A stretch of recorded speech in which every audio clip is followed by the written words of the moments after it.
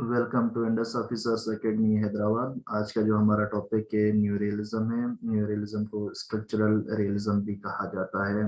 आज हम डिस्कस करेंगे न्यू रियलिज्म को।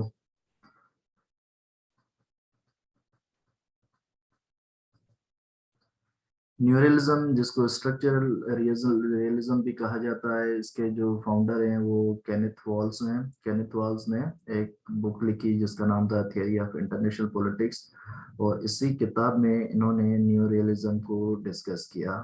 तो अभी हम न्यू रियलिज्म के जो मेजर अजम्पशंस हैं वो डिस्कस करेंगे। अब न्यू रियलिज्म के लिए जो मोस्ट इम्पोर्टेंट थिंग है वो है स्ट्रक्चर ऑफ इंटरनेशनल सिस्टम। अब इनका जो मेजर फोकस है वो स्ट्रक्चर पे है। किस चीज की structure? Structure of the international system. और यही रीजन है कि न्यू रियलिज्म को स्ट्रक्चरल रियलिज्म भी कहा जाता है। अब यहाँ पे ये क्लासिकल रियलिस्ट से इनकी जो एनालिसिस है वो चेंज है। क्लासिकल रियलिस्ट का जो मेन एम्फेसिस होता है वो इंडिविजुअल नेचर पे होता है और स्टेट सेंट्रिक अप्रोच है। और जो न्यू रियलिस्ट है वो उसका जो मेजर फोकस है स्ट्रक्चर ऑफ इंटरनेशनल सिस्टम है। और इनका ये कहना है कि जो स्ट्रक्चर है इंटरनेशनल सिस्टम की वो कैसे डिटरमाइन हो रही है? वो डिटरमाइन हो रही है distribution of capabilities among states. अब स्ट्रक्चर जो है इंटरनेशनल सिस्टम की वो कैपेबिलिटीज डिटरमाइन कर रही है किस स्टेट के पास कितनी कैपेबिलिटीज हैं, ये इंटरनेशनल सिस्टम की स्ट्रक्चर को डिटरमाइन कर रही हैं। और इस सिस्टम में जो पोजीशन है स्टेट की वो भी क्या कौन सी चीज डिफाइन कर रही है? Capabilities. Those capabilities define a states position in this system. अब अगर कोई स्टेट पावरफुल है तो डेफिनेटली उसकी जो पोजीशन होगी सिस्टम में वो बेहतर होगी, और अगर कोई स्टेट जो है लेस पावरफुल है तो उसकी पोजीशन उस हिसाब से कम होगी। और इनका ये कहना है कि international system is force in itself, it constraints state behaviour and states में not be able to control it. अब ये जो न्यूरलिस्ट हैं वो कहते हैं कि जो इंटरनेशनल सिस्टम है वो सेल्फ रेगुलेटिंग है। इंटरनेशनल सिस्टम स्टेट्स के बिहेवियर को चेक करता है और स्टेट्स इंटरनेशनल सिस्टम को कंट्रोल नहीं कर सकती। सेल्फ रेगुलेटिंग से मुराद ये है कि अगर किसी स्टेट की कैपेबिलिटीज बढ़ जाती हैं तो उसकी इस सिस्टम में पोजीशन भी इम्प्रूव हो जाती है। अगर किसी स्टेट की कैपेबिलिटीज कम हो जाती हैं तो उसकी सिस्टम में जो पोजीशन है वो भी नीचे आ जाती है। तो जो इंटरनेशनल सिस्टम है वो सेल्फ रेगुलेटिंग है। ठीक है।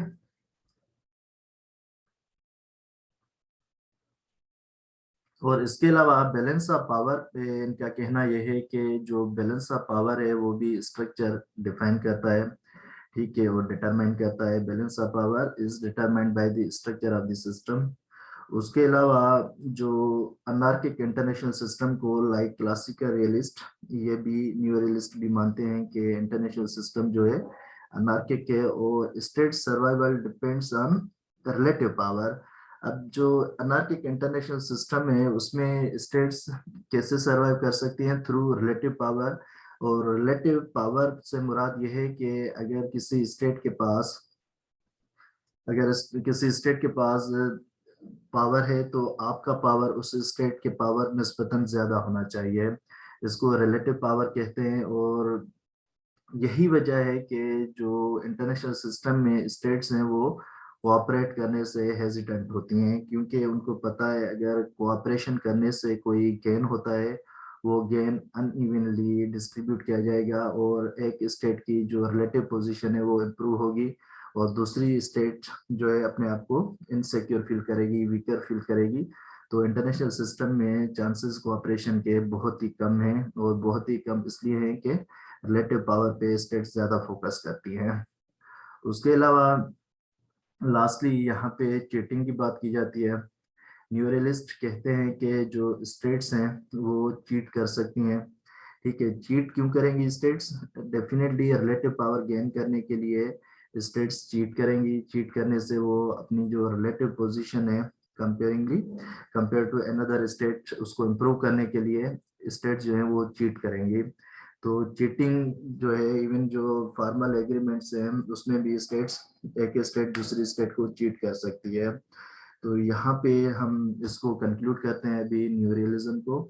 न्यू रियलिज्म का जो मेजर फोकस है वो स्ट्रक्चर ऑफ इंटरनेशनल सिस्टम है, और उस स्ट्रक्चर को जो मेन चीज डिटरमाइन करती है वो कैपेबिलिटीज डिटरमाइन करती हैं, और स्टेट्स की जो पोजीशन है इंटरनेशनल सिस्टम में वो भी स्टेट्स की जो कैपेबिलिटीज है वो डिटरमाइन करती हैं कि स्टेट की पोजीशन अप है या डाउन है। इसके अलावा जो लास्ट पॉइंट है वो है जो इंटरनेशनल सिस्टम है वो सेल्फ रेगुलेटिंग है। अगर किसी स्टेट की कैपेबिलिटीज बढ़ जाती हैं तो उसकी रैंकिंग इम्प्रूव हो जाती है, अगर किसी स्टेट की कैपेबिलिटीज कम हो जाती हैं तो उसकी रैंकिंग डिटेरियोरेट हो जाती है। और यही स्ट्रक्चर जो है इंटरनेशनल सिस्टम का वो बैलेंस ऑफ पावर को भी डिटरमाइन करता है, और स्टेट्स का जो सर्वाइवल है वो डिपेंड करता है रिलेटिव पावर पे। रिलेटिव पावर पे ही डिपेंड करता है। रिलेटिव पावर से मुराद ये है कि आपको एक स्टेट से निस्बतन ज़्यादा पावर होना चाहिए, और रिलेटिव पावर मेंटलिटी की वजह से चांसेस जो हैं कोऑपरेशन के वो बहुत कम है, क्योंकि अगर कोई गेन होता है कोऑपरेशन के थ्रू वो अनइवनली डिस्ट्रीब्यूट होगा तो एक स्टेट की रिलेटिव पोजीशन जो है इम्प्रूव हो जाएगी और दूसरी स्टेट के लिए इनसिक्योरिटी बढ़ जाएगी, तो कोऑपरेशन के चांसेस बहुत कम है। और चीटिंग का एलिमेंट भी यहाँ पे मिलता है। जो न्यूरलिस्ट कहते हैं कि स्टेट्स जो हैं वो चीट कर सकती हैं, चीट ऑन एग्रीमेंट्स, एग्रीमेंट्स होने के बावजूद भी दूसरी स्टेट को चीट कर सकती हैं, और चीटिंग करने का जो मेन मकसद है वो रिलेटिव पावर गेन करना है। तो ये बेसिक जो बातें थी न्यू रियलिज्म की हमने वो डिस्कस की। न्यू रियलिज्म को स्ट्रक्चरल रियलिज्म भी कहा जाता है। न्यू रियलिज्म का जो फाउंडर है वो केनेथ वाल्स है, और न्यू रियलिस्ट के लिए जो most fundamental unit of study है वो structure of the international system है। और स्ट्रक्चर ऑफ इंटरनेशनल सिस्टम जो डिटरमाइन होता है कैपेबिलिटीज जो स्टेट्स के पास है उससे होता है, और उस सिस्टम में जो स्टेट की पोजीशन है वो डिटरमाइन होती है किस स्टेट के पास कितनी कैपेबिलिटीज हैं। और इसके अलावा जो इंटरनेशनल सिस्टम है वो सेल्फ रेगुलेटिंग है। अगर किसी स्टेट की कैपेबिलिटीज बढ़ जाती हैं तो उसकी पोजीशन इंप्रूव हो जाएगी सिस्टम में, अगर किसी स्टेट की कैपेबिलिटीज कम हो जाती हैं तो उसकी पोजीशन जो है वो डेटेरियोरेट हो जाएगी सिस्टम पे। उसके अलावा बैलेंस ऑफ पावर भी स्ट्रक्चर डिटरमाइन करता है, और स्टेट्स का जो सर्वाइवल है अनार्किक इंटरनेशनल सिस्टम में वो रिलेटिव पावर पे डिपेंड करता है। और अगर स्टेट्स जो हैं कोऑपरेशन से हेजिटेट करती हैं, क्यों हेजिटेट करती हैं, उनको पता है अगर कोऑपरेशन के थ्रू कोई गेन होता है वो अनइवनली डिस्ट्रीब्यूट हो जाता है तो एक स्टेट की रिलेटिव पोजीशन इंप्रूव हो जाएगी, तो दूसरी स्टेट जो है अपने आप को इनसिक्योर फील करेगी, तो इस हिसाब से कोऑपरेशन के चांसेस बहुत कम होते हैं। और रिलेटिव गेन के लिए स्टेट्स जो हैं एग्रीमेंट्स पे भी चीट कर सकती हैं, और चीटिंग का मेन मकसद क्या है, रिलेटिव गेन हासिल करना। अल्लाह हाफिज।